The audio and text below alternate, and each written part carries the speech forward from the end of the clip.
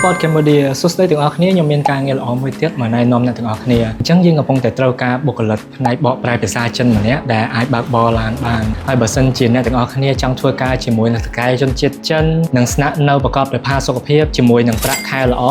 សូមមើលវីដេអូនេះឲ្យដល់ចប់ចំពោះតួនាទីគឺត្រូវជូនថៅកែទៅអនុងរ៉ែបកប្រែភាសាចិនទៅទទួលអតិថិជននៅពលានយន្តហោះហើយចំពោះប្រាក់ខែវិញគឺចាប់ពី$900រហូតដល់$1,800គឺស្ថិតនៅលើសមត្ថភាពរបស់អ្នកទាំងអស់គ្នាហើយគេមានជាមួយនឹងអាហារជាមួយនឹងកន្លែងស្នាក់នៅឲ្យអ្នកទាំងអស់គ្នាទៀតចំពោះតម្រូវការវិញគឺគេត្រូវការបុគ្គលិកភេទប្រុសអាយុចាប់ពី20ទៅ37ឆ្នាំហើយចំពោះការងារនៅក្នុងនោះគឺអ្នកត្រូវទៅគ្រប់ទីកន្លែងជាមួយនឹងថៅកែបានន័យថាអមដំណើរជាមួយនឹងថៅកែគ្រប់ទីកន្លែងអញ្ចឹងបើសិនជាអ្នកទាំងអស់គ្នាចាប់អារម្មណ៍comment នៅខាងក្រោមឬមួយក៏ផ្ញើសារចូលមកប្រអប់សារនៅក្នុង TikTok ឬមួយក៏ page Facebook យើងនឹងឆ្លើយតបអ្នកទាំងអស់គ្នាភ្លាម